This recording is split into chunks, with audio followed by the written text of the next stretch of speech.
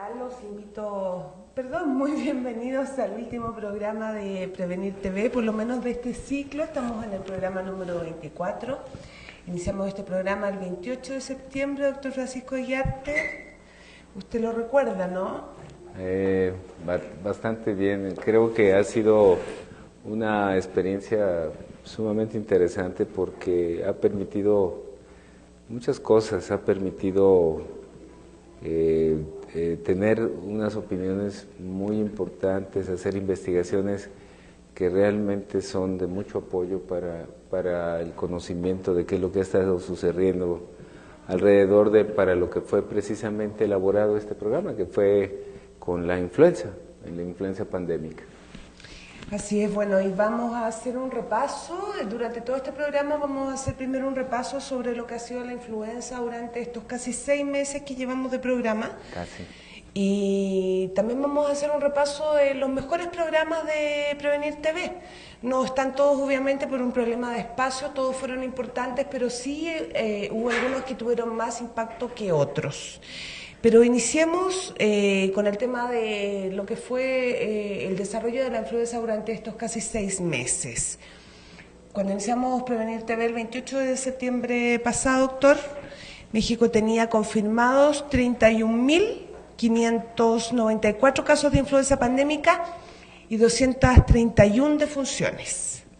Hoy, casi 6 meses después, la cifra de enfermos contagiados en el país asciende a 71.393 y las defunciones a 1.108.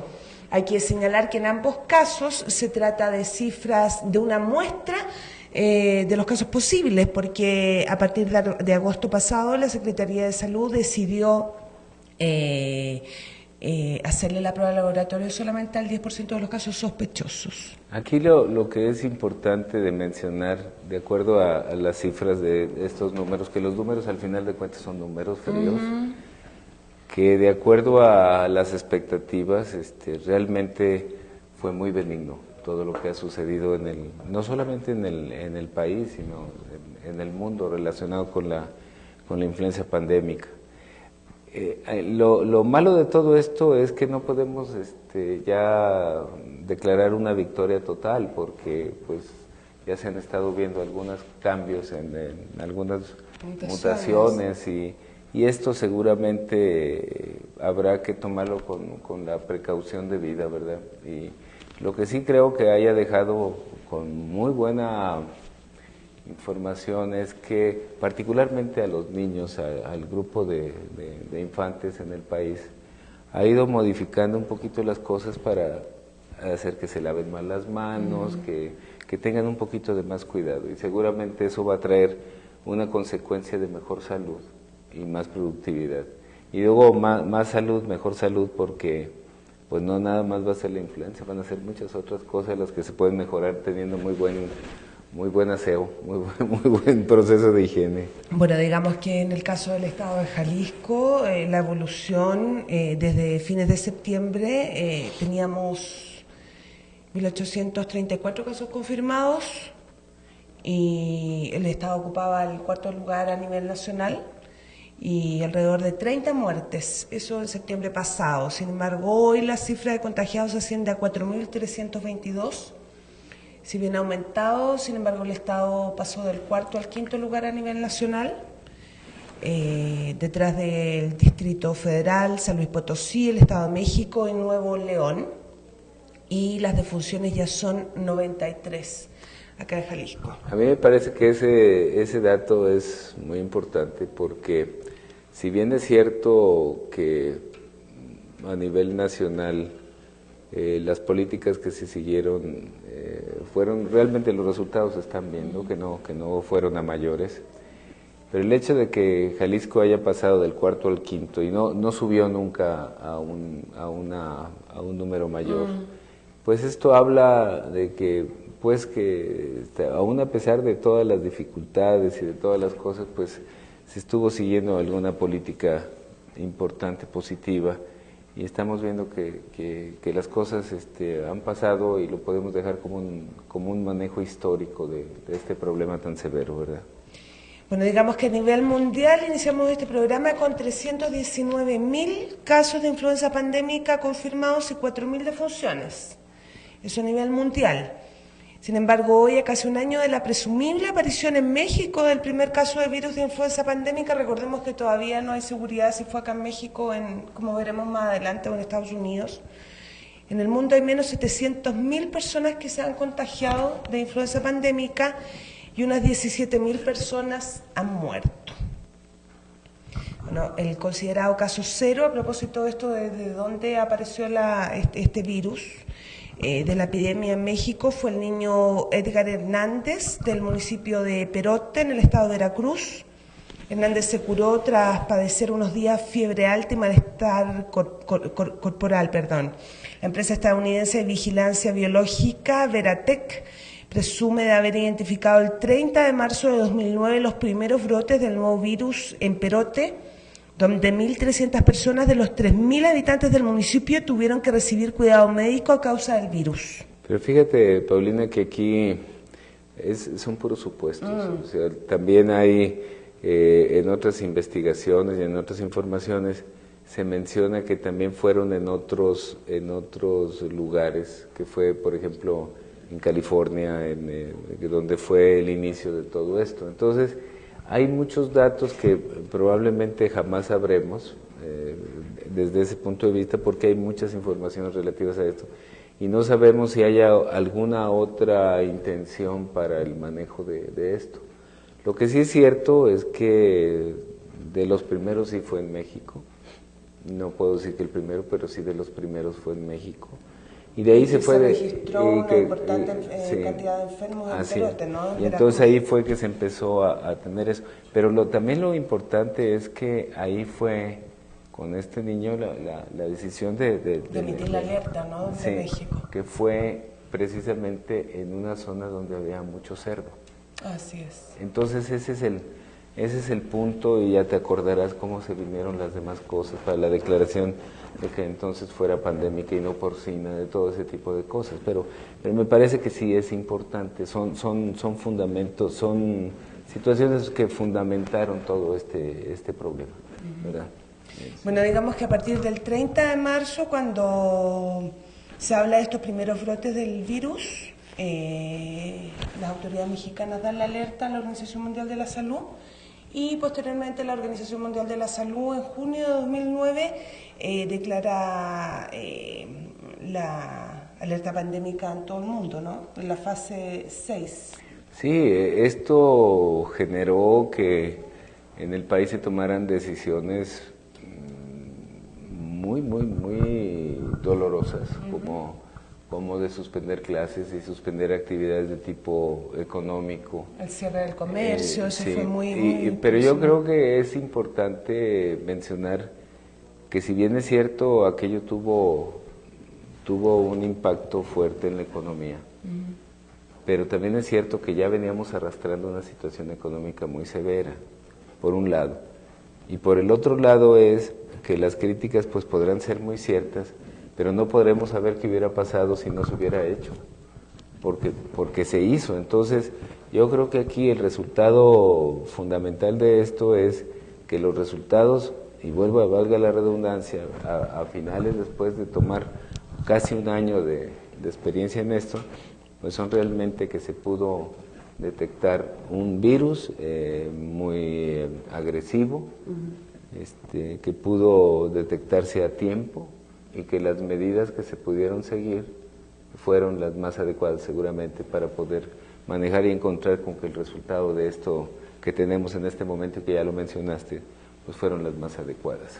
Bueno, digamos que el bimestre abril-mayo fueron los meses más complicados de la enfermedad, y es ahí donde se decretó la suspensión de las clases, el cierre de varios comercios, y yo en esa época estaba en Chile. Y nosotros vimos allá, se veían las imágenes y era impresionante ver a los mexicanos, porque uno veía imágenes de Ciudad de México y las calles cerradas, y veía a los mexicanos todos con el tapaboca.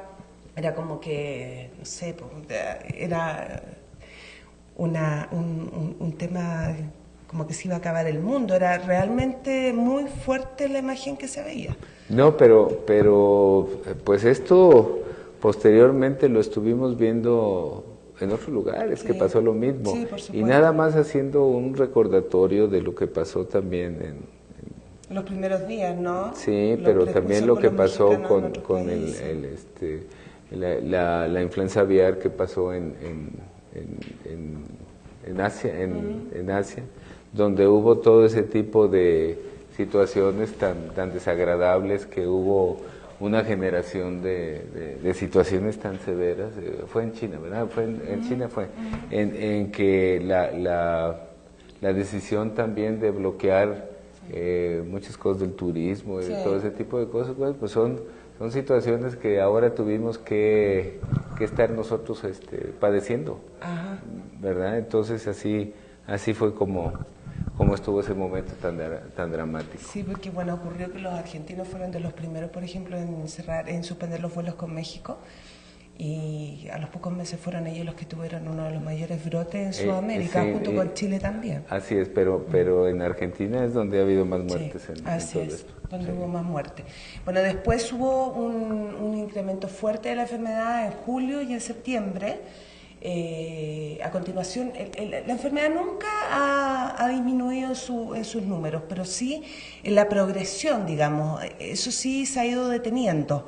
Y ahora nos encontramos en una situación en que ya se comprobó de que la enfermedad no era tan mortal como se creía inicialmente, pero sí se han registrado algunos casos de mutaciones. Un caso registrado acá en México, lo documentamos la semana pasada, de una niña de 3 meses que creó resistencia al Tamiflu, que es el tratamiento pero fíjate, aquí realmente el decir que fue o no fue con la gravedad que se esperaba, yo creo que aquí hay que hacer un análisis más profundo. No se puede mencionar de esa forma, sino habrá que ver cuáles fueron todas las situaciones que obligaron a que eso no fuera en esas condiciones. Así es. Porque hablar así, dejar ese comentario como tal, puede permitir que entonces se diga, no, es que lo que se hizo entonces fue exagerado. Y yo personalmente creo que, de acuerdo a los momentos, y como tú lo viste en la televisión chilena en aquel momento, pues las cosas eran muy dramáticas, sin afán de querer generar más situaciones de este tipo, pero yo creo que el resultado de lo que estamos viendo, que estuviste mencionando, que estuvimos analizando, es el resultado de un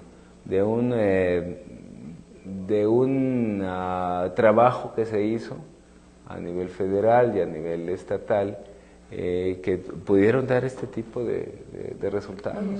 Bueno, lo más llamativo en realidad, doctor, fue ver que hubo como una especie de unanimidad entre distintas autoridades del país, de distintos partidos políticos, enemigas políticas en muchos casos, pero que estuvieron todos de acuerdo en tomar las medidas preventivas que se solicitaron. Aún con la confusión y con la duda que se tuvo en ese momento, desde el punto de vista tal como lo mencionas, de los diferentes partidos políticos, y dentro de ese grupo de actores políticos habría quien estaba diciendo, no es cierto, o no, lo que está pasando es un manejo político también de la salud en el país, pero nadie se atrevió a decir no se haga lo que se va a hacer, porque si en un momento dado se hubiera puesto sobre el mantel la posibilidad de hacer o no hacer lo que se hizo, pues realmente yo creo que la decisión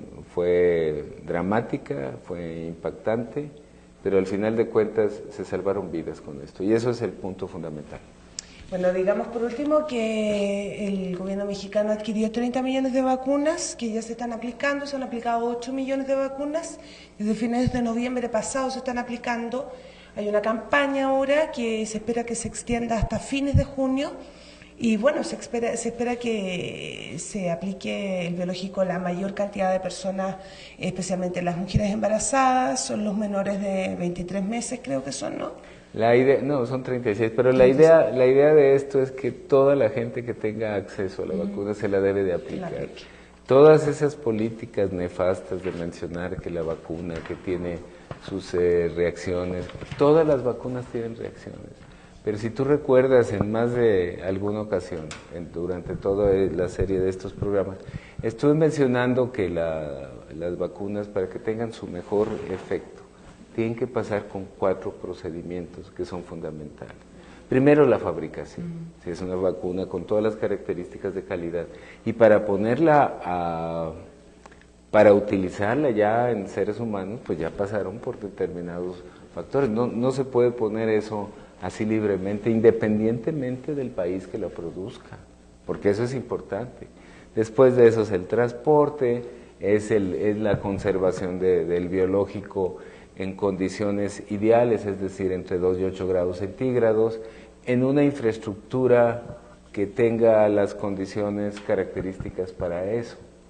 Después la gente que la aplique debe de también tener un criterio también de conocimiento de lo que es la vacuna, y después esperar que la gente a la cual uno vacunó tenga la mejor respuesta. Entonces son varios factores que seguiremos insistiendo día tras día, que son los factores importantes, y no considerar como que el resultado de la vacunación puede haber sido de esta forma o de la otra, o hubo tales reacciones inadecuadas en un momento dado. A lo mejor esto es porque el manejo del biológico en algunas condiciones no fue el ideal, pues, o el mejor, o el excelente en un momento dado, que hace lo que se tiene que hacer. Bueno, digamos que el doctor Francisco Illarte se ganó el Premio Estatal de Ciencia y Tecnología, mención innovación por el desarrollo de un refrigerador, doctor. De un sistema. De un sistema de refrigeración de vacunas. Precisamente el tema que está hablando, ¿no? Sí, es un sistema de conservación inteligente de vacunas, precisamente tratando de que todo esto, lo que estamos mencionando, sea transmitido a las instituciones y en un momento dado a otros países fuera del país, fuera de México, donde se pueda utilizar este sistema con beneficio, pues obviamente, de toda la población mundial. Doctora Illarte, ¿qué le parece que después de haber revisado la evolución de la influenza durante estos casi 6 meses de programa, vamos a ver ahora extractos de los programas más importantes que tuvimos acá en Prevenir TV? Usted entrevistó al secretario del Consejo de Salubridad Pública, al doctor Enrique Ruelas Barajas, el Comisionado Nacional para la Prevención y el Control de la Influenza, el doctor Alejandro Macías Hernández. Yo diría que esas fueron las entrevistas más importantes que transmitimos acá en el programa.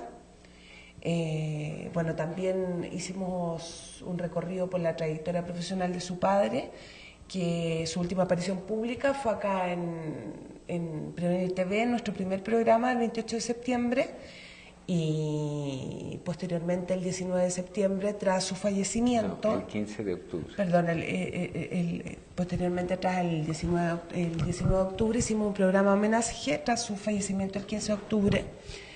Y bueno, así hubo una serie de programas importantes como del SIDA, programas relacionados con accidentes, problemas relacionados con suicidio. Tuvimos temas muy interesantes sobre mujeres específicamente. Hablamos del cáncer de papiloma, hablamos del del virus de papiloma, del cáncer de la doctora Sara Berta Campos nos acompañó muchas veces acá, 2 veces, ginecóloga, amiga suya, compañera de universidad. El doctor Peregrina, que nos acompañó también con las cosas de... pues él también estuvo en el programa de cáncer de seno. Así es. También estuvimos hablando con Carlos Gutiérrez, que se fue el Día de los Muertos, que también fue un programa muy bonito, cultural, con una serie de mensajes también históricos muy interesantes. Tuvimos aquel programa también relacionado con un panel sobre el dolor, que también estuvo por aquí con nosotros, algunos médicos que trabajan estos temas. Total. Abordamos temas de la contaminación, doctor. Por ejemplo, tratamos el tema del río Santiago, un tema que afecta al estado de Jalisco seriamente. Se han producido algunas muertes. Estuvo con nosotros Rodrigo Saldaña, presidente del Instituto de Valores Integrales y Desarrollo Ambiental.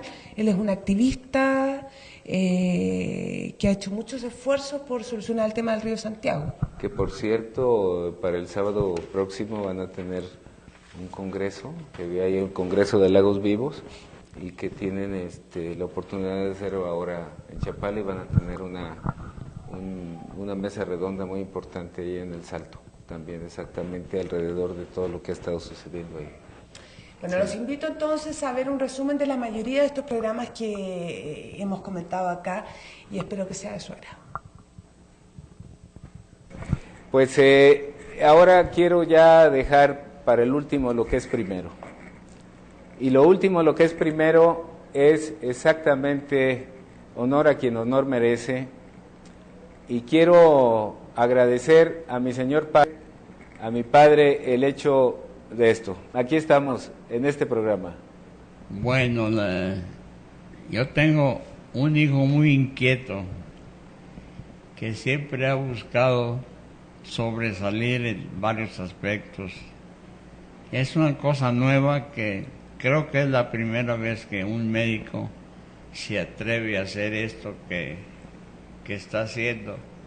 Pues lo felicito y me felicito yo de tener un hijo como él. Papá, pues esto es tuyo, o sea, qué bueno que hay esta oportunidad de que mi mamá y tú estén disfrutando de este momento. Es un momento de disfrute, es un momento de fiesta, es un momento que seguramente baja un poquito todo lo angustioso que han sido los últimos 2 años para nosotros. Bueno, creo que sí es. Entonces, quisiera yo mencionar que este día es un día pues muy singular. Es un día en el cual se inicia una forma de comunicación con la sociedad, con la comunidad internacional, y esperemos que este programa pueda ser. O sea, papá, ¿qué pasó cuando tú iniciaste con la cirugía pediátrica en el hospital? Pues tuve muchos enemigos, por decirlo así, porque todos creían, en primer lugar creían que operar a un niño era igual a operar a un adulto. Después se convencieron con el tiempo que no era eso realidad. Luego todos creían que les iba a quitar la clientela porque se hacían cosas que antes hacían los cirujanos generales con las técnicas inadecuadas, hasta que hubo quien, y me tocó la suerte de hacerlas a mí. Pero con todo lo que se ha trabajado, con la inmensidad de problemas que tiene, con la calidad tan terrible, con la dimensión de las enfermedades que existen a través de toda esta contaminación, ¿usted cree que haya solución a esto? Pues fíjese que yo quisiera ser optimista todavía. Yo creo que sí, mire, la naturaleza es tan grande y es tan sabia que nosotros lo único que tenemos que hacer es darle la oportunidad y adaptarnos un poco y dejar que por sí sola empiece a actuar. Nosotros el año pasado tuvimos un ejemplo muy bueno y muy alentador. Nosotros como hemos estado trabajando en la medida de nuestras posibilidades para ver el grado de deterioro o el grado de mejoría que se ha estado dando en el río, en el aire, en el agua, en la tierra, estuvimos observando hasta noviembre del año pasado que en la cascada, a un lado de la cascada del puente Jonacatlán, había peces. Entonces, si hasta diciembre lograron llegar los peces. Se ha desarrollado todo el trabajo que usted ha hecho, cómo se ha llegado a tener verdaderamente una cantidad muy importante en el presupuesto para el desarrollo y el apoyo a todo este tipo de proyectos, doctor. ¿Cómo no? Jalisco empezó esta administración con un presupuesto de 16.7 millones de pesos dedicado a la ciencia y la tecnología.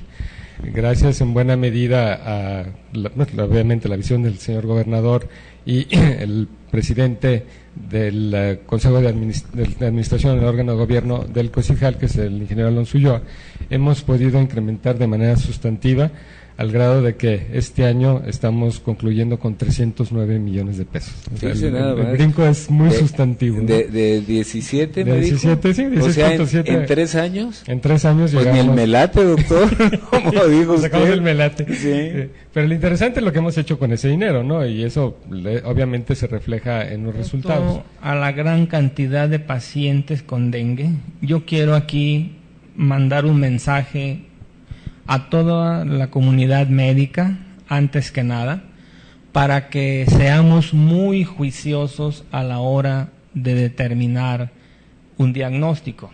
Yo en lo personal, han llegado muchos pacientes con el probable diagnóstico de dengue. Ya cuando los revisas, los exploras, pues ves que realmente no son síntomas no muy exclusivos del dengue, por lo que yo los invito a todos a que seamos muy juiciosos, y en aquellos casos que realmente sospechemos de dengue, pues como dice el doctor Eguiarte, vale la pena tomar algunos exámenes. Este tipo de cosas, la situación se vuelve más complicada. El pronóstico para los meses siguientes, doctora, ¿qué nos puede decir usted acerca de esto? Sí, en nuestro estado se ha elaborado un plan para mitigar esta enfermedad en este próximo temporada invernal. Hay 3 escenarios en los cuales nosotros podemos estimar cuál pudiera ser el comportamiento de la influenza H1N1. Podemos decir un escenario de riesgo bajo, medio y alto, y todo lo que esto implica de preparación para atender la demanda de consulta, para atender también lo que sería en un momento dado las necesidades de hospitalización, pero todo esto nos obliga a fortalecer todas las medidas preventivas. La vacunación es una de ellas, pero no dejemos de lado lo que estábamos comentando al principio. Todas estas medidas de higiene personal, de higiene del entorno y de sano distancia. La mayoría se resuelven rápidamente, pero los dolores ya por problemas degenerativos, hernias de disco, etcétera, tienden a cronificarse frecuentemente.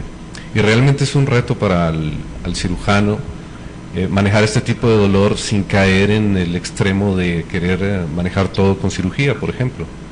En la cirugía de columna es muy importante. Los que conocemos como analgésicos antiinflamatorios no esteroideos. Y estos causan muchos problemas cuando se ingieren por periodos mayores de 15 días. Entre ellos, gastritis, sangrados gastrointestinales. Y si se consume un producto no muy obeso, no muy grande, porque si una vez me tocó ver un parto con 9 kilos, se rompió hasta recto, masacre ahí. Entonces, era una persona diabética. Entonces, si tenemos todas esas situaciones favorables para que sea un parto normal, pues podemos decirle, mira, hacemos una labor de parto. Si tú ves que no llegamos a nada o pasan 6 horas, independientemente pues de la diferencia que hay en cada uno de los procesos, la preparación de la futura mamá, pues en el aspecto nutricional, hablando en el aspecto nutricional, inicia desde los primeros años de la vida, ¿no? Y creo que para ambos procesos hay que estar la vacuna de la influenza. ¿Es ideal aplicarla? De hecho, es una de las recomendaciones que están especificadas en la guía del manejo del paciente con VIH y SIDA en consulta externa y hospitales que edita nuestro órgano rector, que es el CENSIDA, y por supuesto que se tiene que aplicar la vacuna. Ahora con lo de la influenza debieron habérsela aplicado desde antes, pero por supuesto que sí. Aquí vale la pena, porque como no solamente llegamos a México, sabrá Dios en otros lados que nos estén escuchando, Hay dos tipos de vacunas. Coincide con la estadística normal. El cáncer lo encontramos principalmente en mujeres mayores de 45 años y de ahí asciende la estadística. Lo que sí es que hemos encontrado cáncer en mujeres cada vez más jóvenes, con mayor frecuencia. Tenemos mujeres de 22 años ya con un cáncer de mama. La otra que tengo es una de 27 y una de 29 años. La frecuencia varía porque en nuestro medio, que yo tengo un medio particular, pues varía de nuestra afluencia de pacientes que tengamos, pero sí lo vemos con mayor frecuencia que hace 10 años. Es multifactorial, no es un solo elemento lo que hace que una persona lo desarrolle. Ya señalaban muy bien el doctor Alatorre, el doctor Peregrina, que cuando existen factores de riesgo, es decir, cuando la mamá, la hermana desarrollaron cáncer de mama, y sobre todo si fue en una etapa temprana, y si fue bilateral, ahí como que hay un factor de riesgo específico.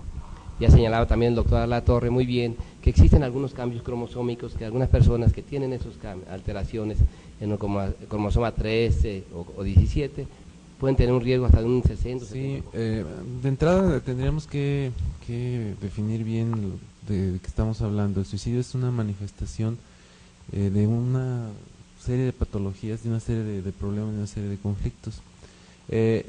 Como le estaba comentando, aproximadamente el 90% de las personas que se suicidan traen detrás una patología mental, desde depresión hasta trastorno bipolar.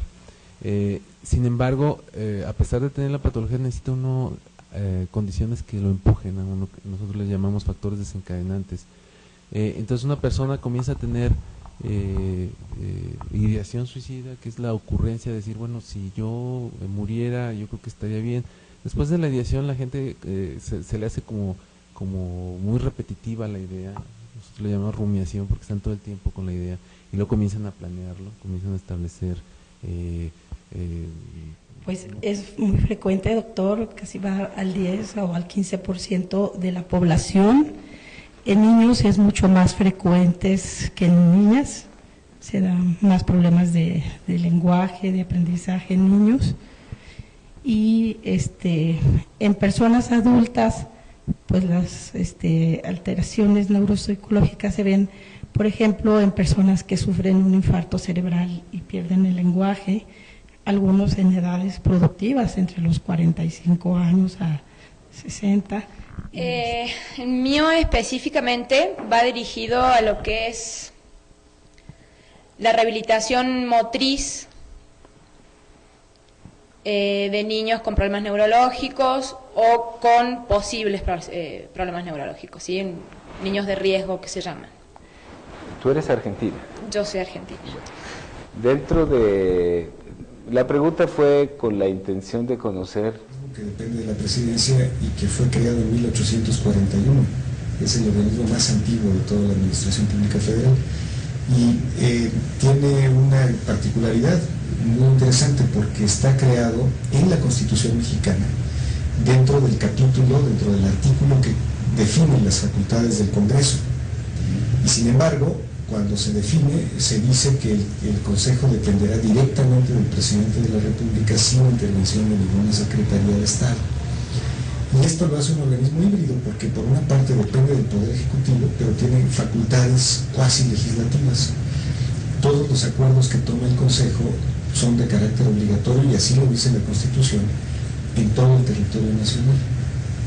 El Consejo está integrado por 33 miembros, que son todos los directores generales de las principales instituciones de salud del país, IMSS, Dirección General de Sanidad Militar, Sanidad Global, por las instituciones educativas más importantes, el rector de la UNAM, el director del Politécnico, el presidente de la Asociación de Universidades e Instituciones de Educación Superior, 7 secretarios de Estado, que son, por supuesto, el secretario de Salud, que a su vez preside el Consejo, no como secretario de Salud, porque no podría ser así, dado que el Consejo no depende de ninguna Secretaría de Estado, pero para evitar que el secretario del Consejo, en este caso yo, y el secretario de Salud, que somos nombrados ambos por el presidente, pudiésemos tener algún conflicto, entonces el presidente del Consejo es el doctor José Ángel Córdoba, como lo fue Julio Frank, como lo fue Juan Ramón de la Fuente, y casualmente son los secretarios de Salud.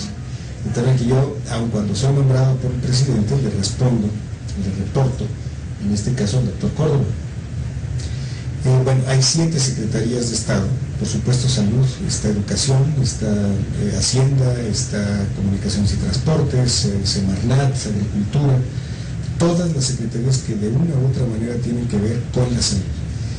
Y finalmente del sector privado está la Canacintra, está la Cámara Nacional de la Industria Farmacéutica, está el Consejo de Ética y Transparencia de la Industria Farmacéutica, está la Asociación de Hospitales Privados, están las academias de medicina, de cirugía, de pediatría, el Colegio Médico de México, el Colegio de Licenciadas en Enfermería.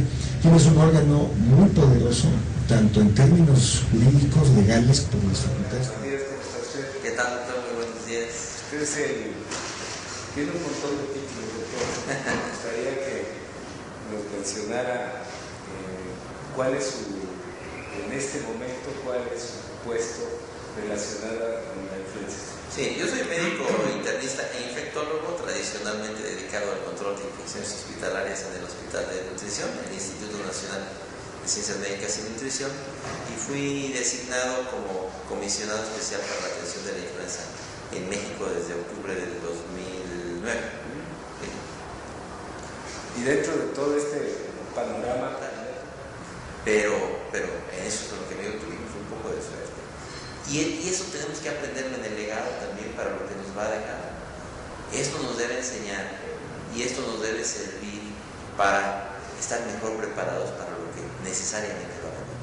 Dice, doctor, que llevando el ritmo en esta plática con usted, desde el año 98, anualmente la CDC manda información de que se viene una epidemia de influenza. O sea, todo el mundo estaba con cierta expectativa a nivel mundial, pero como no llegaba, pues no pasaba nada y seguían las cosas igual. Como Pedro y el Lobo. Así es, pero en forma muy curiosa, algo que sí sucedió es que la gente que fue vacunada, digamos en los niños pequeñitos o en los adultos mayores, hubo mucho menos casos de enfermedad de esta nueva influenza. Bien lo decía usted, pues es que ya traían antecedentes de anticuerpos, seguramente que actuaron o de forma directa o de forma cruzada para prevenir la enfermedad. Sobre eso, ¿qué nos puede decir usted? Sí, el valor de la vacuna como una de las principales estrategias de mitigación de la influenza. Mitigación quiere decir, la influenza no se puede erradicar, por definición, eso va a ser imposible. La influenza se puede mitigar. Y hay 2 estrategias fundamentales para la mitigación. La higiene, en primer lugar. La higiene de manos, porque el virus sobrevive del ambiente. Un dengue, una neumonía es suficiente para mandarte del otro lado. Pierdes la fe por la vida. Claro, porque no hay nada, o sea, no hay nada. Mientras que esos países ya avanzaban, Paco, por eso hoy quizás no esté tocando contigo enfermedades, sino la socioantropología de la geriatría y la gerontología, lo que realmente es el motivo de nuestro estudio, que es el adulto mayor. Mientras que tú revisas gratuidades en otros países del mundo, el adulto mayor tiene una credencial donde no paga cine, teatro, tren, tiene razones para vivir. O sea, valió la pena ser viejo, valió la pena esforzarse 30, 28 o no sé, más años. Si hablamos del Hospital Civil de Guadalajara, o un Andrade Limón que tiene 60 años de antigüedad, tiene 2 antigüedades, pues debería tener 2 credenciales de gratuidad, ¿verdad? Es un decir. Maestros como tu señor padre, ¿no? Que tantos años nos entregó en el hospital. Entonces, mientras no haya una razón para vivir, los geriatras, los gerontólogos salimos obrando. Fíjate, ese es un estudio transaccional de trascendencia de los valores de efectividad. Fíjate qué importante. Si tú dices, yo tengo esta población de niños, tú eres un experto en el tema, con desnutrición, yo aquí traigo 700 pediatras con miles de medicinas, les falta comida. Así es. Tú lo vas a decir. Yo aquí tengo un grupo de niños que sí comen, hay que prevenirles enfermedades, que es la filosofía de tu empresa. Yo estos niños necesito vacunarlos, o estos ancianos. Sí, la relación con el maestro Francisco Iriarte, yo la inicié muy pronto desde la carrera de medicina, concretamente en el 3er año de la escuela de medicina, que es cuando yo acudí al aula. En ese momento llevábamos pediatría 1, en 4º año volvió a uno a tener clínica de pediatría, pero en el tercer año de pediatría yo ya había tenido relación personal con el maestro, más preguntas al término de las clases, más carcajadas de esas que a mí me hacían sentir, la pipa siempre, que a mí me hacían sentir que estaba frente de un hombre triunfador, seguro de lo que hacía, de lo que quisiera hacer, de lo que quisiera que los que vienen atrás llegaran a hacer.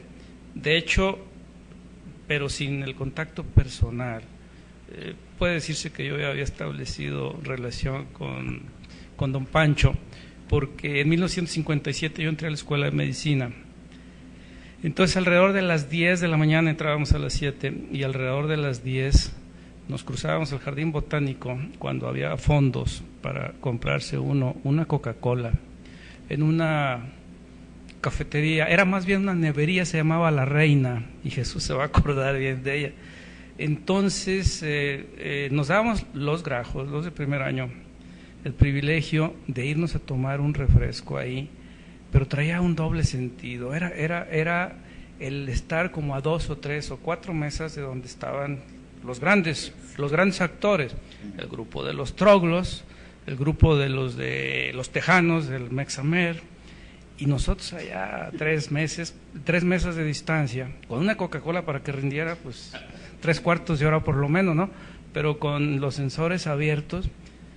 Antes de cruzar la calle ya era posible escuchar las carcajadas de don Pancho, segurísimo, con Gabriel Ayala, con el maestro Chintas, Gabriel Cortés, con Mario Rivas. Era un grupo muy ruidoso, muy alegre, inteligentes, triunfadores, líderes. Cuco Padilla, eran líderes de lo que cada uno de ellos hacía, y en el centro de esta sonoridad estaban siempre las carcajadas de mi maestro Pancho, y yo veía ese grupo de triunfadores, y a un lado estaba otro grupo sensacional de individuos que eran los del México americano, a la postre mis grandes amigos, maestros, con quienes desde hace casi 30 años todos los miércoles suelo ir a comer. Rara vez me pierdo esas comidas de los miércoles, pero yo desde entonces tenía muy bien enfocado. De la paratomía exploradora, sí le daba la oportunidad, la vida, de escuchar a un pajarito en la mañana, o de ver una planta, una flor, cosas que nosotros las estamos viendo pasar y no le estamos dando importancia porque estamos en la cotidianidad, y el doctor quiso dejarnos esas experiencias, esas lecciones. Muchachos, vivan la vida, tranquilos, vivan la vida. Dice doctor Janowski, yo recuerdo que en esa ocasión, que fue también muy honorable como todas las cosas que han pasado, él mencionó porque me comentó lo que iba a decir ahí, y hablaba de que ya no tenía imaginarias que son respuesta a una realidad, es así totalmente real, que es la muerte, ¿no? Y me gustaría, tengo muy mala memoria, ojalá pudiera decirles de memoria estos textos, no puedo, aparte pues los egipcios con el libro de los muertos, ¿no? Donde registraron toda esta concepción de la muerte. Es importantísimo en la historia el libro tibetano de la muerte, ¿no? Donde ahí mismo impulsa un estado de ánimo. No fue escrito por Buda, que como ya bien sabemos existió en el siglo VI a.C. y no escribió nunca nada, como Jesús. Es decir, no escribieron, fueron otros los que registraron su pensamiento y luego lo transmitieron, igual Buda. Entonces el libro de los muertos es muy posterior, creo que es del siglo ya 12, una cosa así, u 8, por uno de sus discípulos. Pero ahí también decía que se debe preparar al muerto y los que lo guiarán desde el mundo de los vivos para pasar el periodo latente entre la vida y la muerte. Los budistas creen profundamente en la reencarnación, ¿verdad? Los monumentos funerarios, hay que insistir en ello, son de los más grandiosos que la humanidad ha creado. Las pirámides o el Taj Mahal, ¿no? Que dolido por la muerte de su esposa, ¿verdad? Levanta uno de los monumentos más grandiosos en la historia de la humanidad, ¿no? Pues es un monumento a la muerte, o debiéramos decir, un monumento a la vida. A la vida, sí. Sí, es decir, no aceptar la muerte como un punto final, en todo caso como un tránsito, pero no como un punto final. Posiblemente sea el hombre contemporáneo el único que ha empezado a temer que la muerte es el punto final, que esta corta existencia que nos proporcionó la vida se va a acabar y no tiene otro capítulo, lo cual también ya conlleva otra serie de fenómenos, ¿no? Las tumbas de Tiro en el antiguo occidente de México, que es nuestra región, son monumentos funerarios y se preparó a los muertos, los señores, sus familias, sus hijos, para que tuvieran alimentos, para que tuvieran joyas, que tuvieran quien les guiara en ese mundo al que iban a penetrar. Repitieron la forma del seno materno, ¿no?, para ponerles en la tumba de Tiro, que tienen esa forma, con un tirush que le da nombre, que a veces llega a ser de 20 metros, ¿verdad? Es decir, toda esta concepción, en principio, pues, debe de ser para no aceptar que esta es la única vida que tenemos. Yo quisiera acercarme un poquito a Mesoamérica y decir unos versos de Netzahualcóyotl, que fue sin duda el más grande de los poetas prehispánicos conocidos. ¿Acaso de veras se vive con raíz en la tierra? No para siempre en la tierra, solo un poco aquí. Aunque sea de jade, se quiebra, aunque sea de oro, se rompe, aunque sea de plumaje de quetzal, se desgarra. No para siempre en la tierra, solo un poco aquí. Es decir, la concepción de la temporalidad. Así es. Esto no es para siempre. Y de ahí las salidas de la concepción de la muerte, o con una reencarnación, o la creación de un paraíso, un universo concebido, donde todo será dado, la salud, el alimento, la paz, la libertad, el jardín del Edén, pues, ¿verdad? Habría que recobrarlo, ¿no? Entonces, complicado porque vienen ajustes del propio gobierno. Sin embargo, el gobernador ha dicho que este tipo de apoyos a los empresarios no se reduzca, sino se mantengan. Fíjate, Federico, que a mí me parece que es fundamental, siendo Jalisco un estado de pymes, de pequeñas y medianas empresas, pues obviamente este es un recurso muy interesante, porque pues hay un fondo como es el FOJAL y hay todo lo demás que está estructurado ahí, y yo personalmente por eso veo que sí puede uno tener un apoyo para desarrollar un proyecto.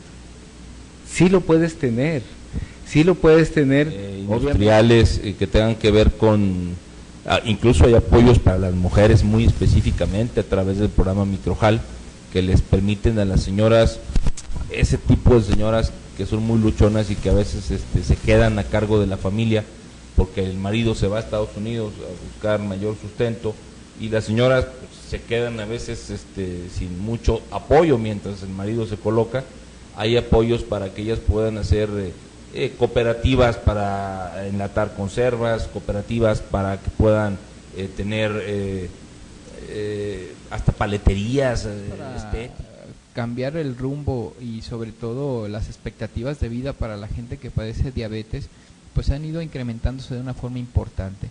Hoy día ya sabemos cuál es el cromosoma que tiene su intervención, sabemos que es el cromosoma número 6, que participa mucho en la cuestión de obesidad y sobre todo en el caso de diabetes, y que bueno, a medida que la ciencia va evolucionando, pues se van generando algunas expectativas, sobre todo para poder mejorar la calidad de vida de estas personas. Lo que sí es cierto es que bueno, son enfermedades crónicas que yo quisiera retomar un poquito el origen de todo esto, y que se dan por los cambios y la modificación de nuestros estilos de vida. ¿A qué me refiero con esto? Bueno, hemos dejado de consumir alimentos naturales, hemos dejado de consumir alimentos frescos, fibra sobre todo, y lo hemos cambiado por alimentos industrializados. La tecnología, las dinámicas que tenemos en las ciudades, que a veces los tiempos nos impiden hacer comidas en casa, y que bueno, pues esto nos va absorbiendo y nos va englobando en este tipo de productos que a la larga, y el consumo frecuente y las cantidades tan abundantes que hacemos de los mismos. Bueno, ahí teníamos el resumen de programas, doctor, pero también hay que decir de que a lo largo de estos meses se sucedieron 2 catástrofes naturales de gran impacto, que causaron muchas muertes y tuvieron una diferencia de poco más de un mes. Me refiero específicamente al terremoto de Haití, de Puerto Príncipe, su capital, el 12 de enero pasado. Sí. Y posteriormente, hace muy poco, el 27 de febrero, el terremoto y tsunami en una amplia extensión del centro sur de Chile, doctor. Cosas dramáticas y han estado sucediendo en otras partes del mundo también, o sea, están sucediendo cosas que han generado mucho dolor y mucha tristeza y una serie de situaciones muy severas desde el punto de vista social. Todo lo que está pasando en Chile, pues, les hemos mandado un afectuoso saludo a los hermanos chilenos y a los hermanos haitianos también por todo el dolor que han estado pasando. Entonces sí, las imágenes que vamos a ver son muy descriptivas de toda esa desgracia, ¿verdad? Bueno, a ver si pasamos a revisar las imágenes de Haití y decir que en el caso de ese país el terremoto tuvo una magnitud de 7.3 grados en la escala de Richter. Algunos hablan de 7 grados, otros de 7.3, pero ese más o menos fue el rango. Se estima que hubo 250.000 personas fallecidas, lo que convirtió a esta catástrofe en una de las 10 peores estimaciones de muerte de un terremoto en la historia. También la ONU estimó que en los sectores más afectados de la capital el 50% de las construcciones resultaron dañadas o destruidas y que unas 3 millones de personas quedaron sin acceso a comida, agua, refugio y electricidad. Recordemos que entre el 40 y el 50% de la población en Puerto Príncipe son niños, quienes tienen un mayor grado de vulnerabilidad porque mueren mucho más rápido que un adulto por deshidratación, pérdida de sangre y producto del mismo impacto de la catástrofe, doctor. No, y todo lo que se vio alrededor de eso, de las situaciones emocionales y luego toda aquellos personajes nefastos que siempre aparecen en este tipo de cosas. Total, las catástrofes traen una serie de daños mucho más severos y no solamente lo del terremoto. Bueno, recordemos que el terremoto en Haití, lamentablemente, terminó con una fuerte presencia militar estadounidense en el país, ¿no? Y con una gran emigración de la población haitiana. Bueno, pero vamos a pasar al caso del terremoto en Chile. También tenemos imágenes. Digamos que en Chile se produjo un terremoto la madrugada del 27 de febrero pasado a las 3:38 de la mañana. Se produjo un colapso general con el tema de las comunicaciones.